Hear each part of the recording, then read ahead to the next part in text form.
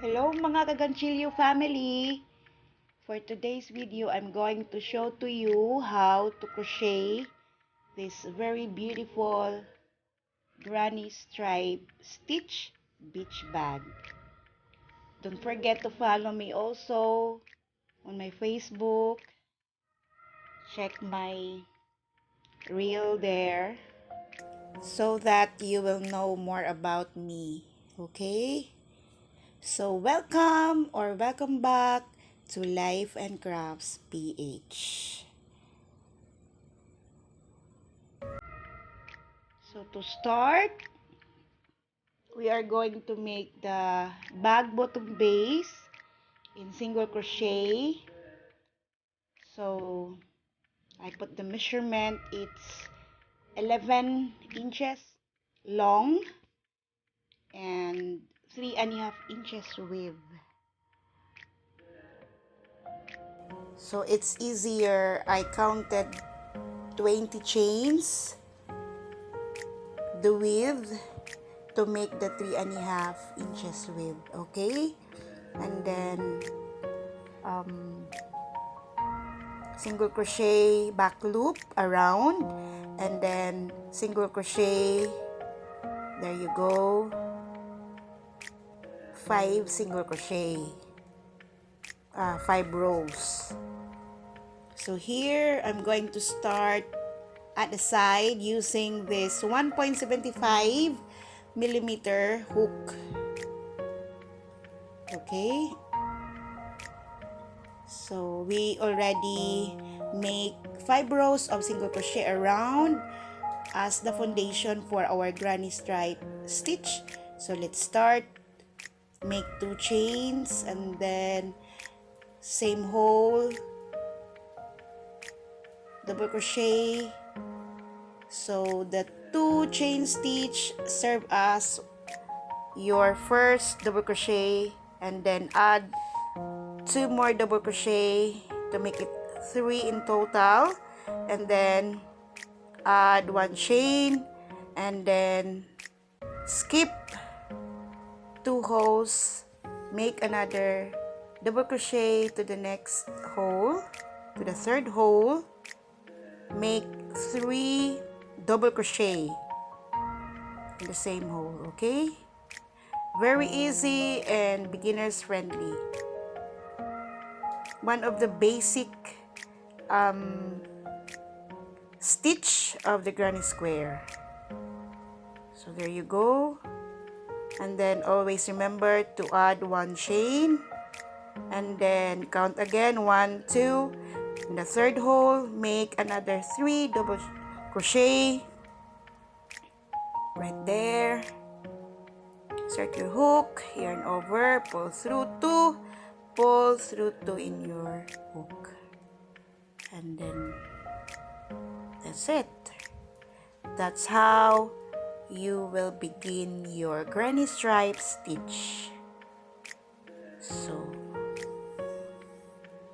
with this project, I will be going to make the rainbow beach bag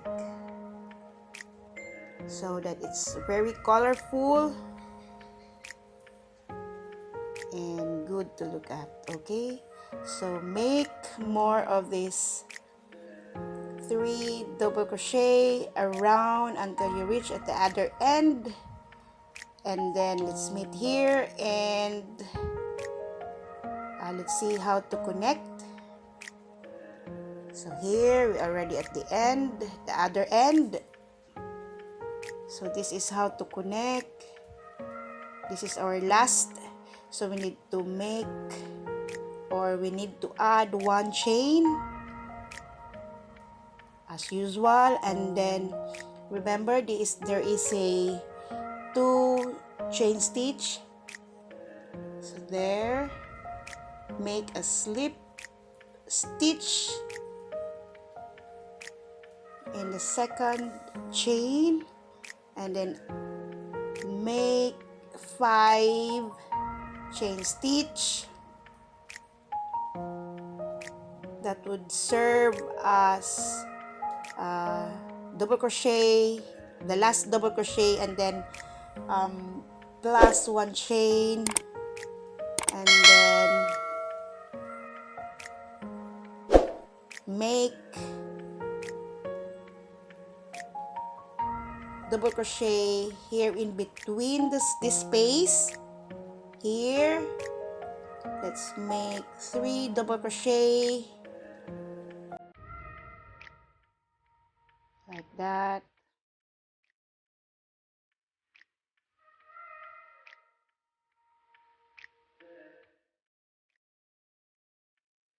And then add 1 chain,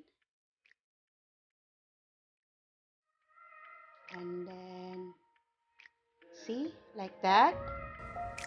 So if you are going to change another color, just follow the same steps, how to end and how to begin. So like that. Just understand what you are doing. Always remember to add 1 chain stitch in order for you to make another. I will be showing to you how to change color.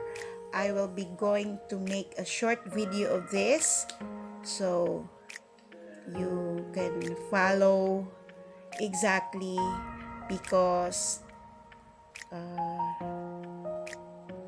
we only have limited time to demo this project. So here,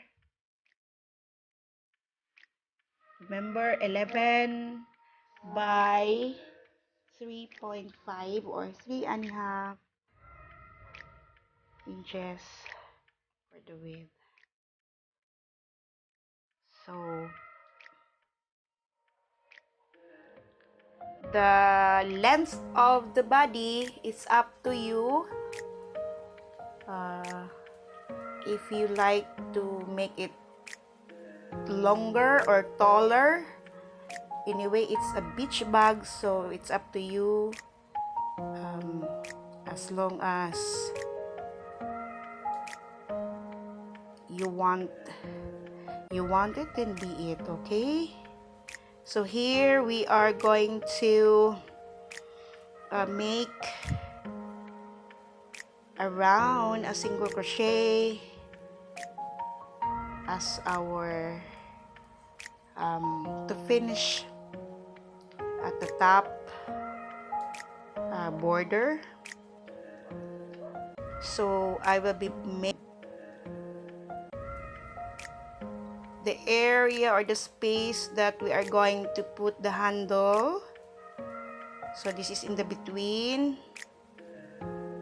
like this.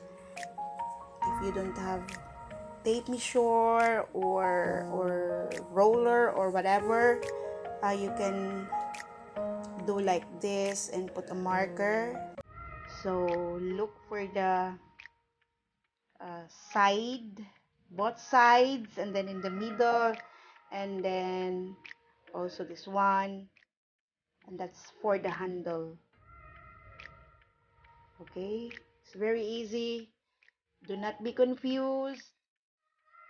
You can pause this video so that you can catch up anytime, and if you have more questions, feel free to comment down below.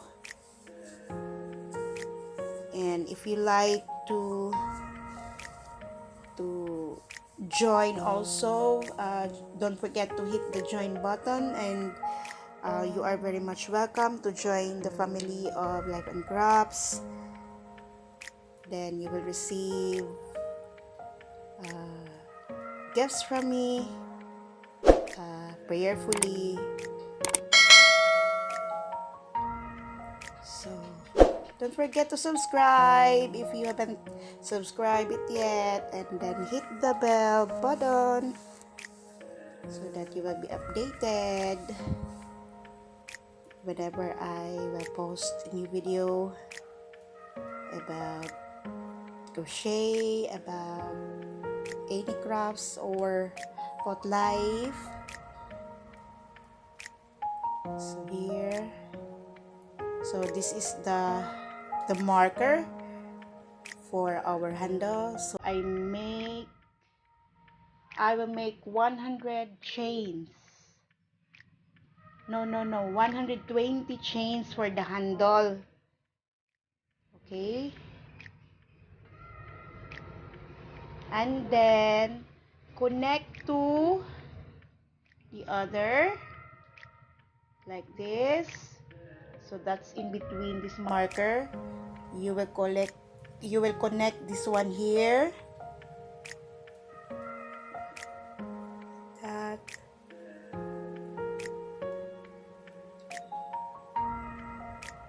And then next hole, just single crochet around. Same at the back.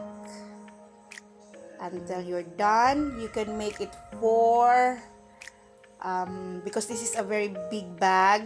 It is a beach bag, so you can make minimum of 4 rows for the handles, and it's up to you the design you want. There are many ways to make a handle. Soon I will be also making a video for all the handles so that you can choose which handle you want that matches your project. So I had already some wooden handles, things like that, in my previous video, so better check those. So here, so this is it. We already reached at the other end where we begin. So here, just continue to make single crochet. There you go. It's very easy because we have already this chain as our foundation. Then here until you reach here at the end.